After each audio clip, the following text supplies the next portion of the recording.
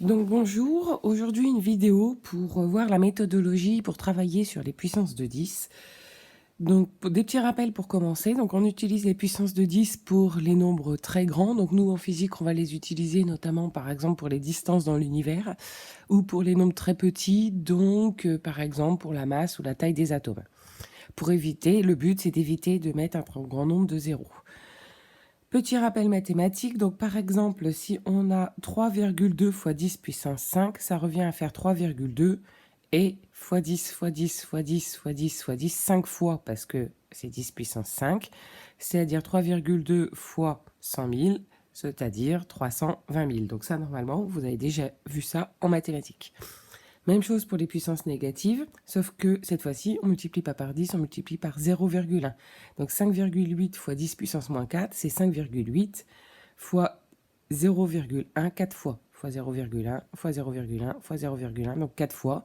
Donc 5,8 fois 0,0001, ce qui nous donne 0,00058. Donc ça, c'était des petits rappels de mathématiques. Maintenant, on va vraiment voir des astuces méthodologiques pour réussir à utiliser ces puissances de 10.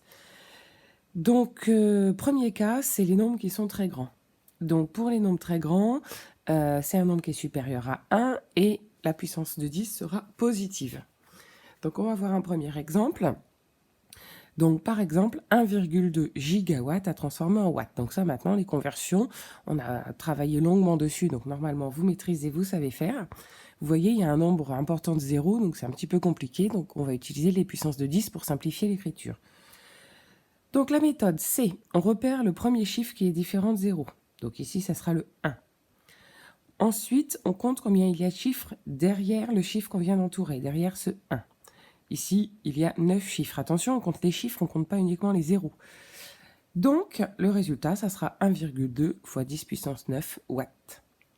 Deuxième exemple, pour comprendre un petit peu mieux, donc je vous remets la méthodologie ici. Exemple numéro 2, 173,4 mégajoules à transformer en joules. Là aussi, un nombre très grand, pas mal de zéros.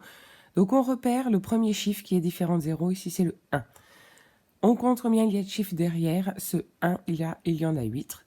8, donc 1,734 fois 10 puissance 8 joules.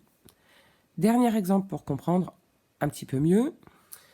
Donc 0,74 mm, un mètre en micromètre. Donc on repère le premier chiffre qui est différent de 0, donc c'est un 7. Derrière, il y a deux chiffres, donc ça sera 7,4 fois 10 puissance 2 micromètres.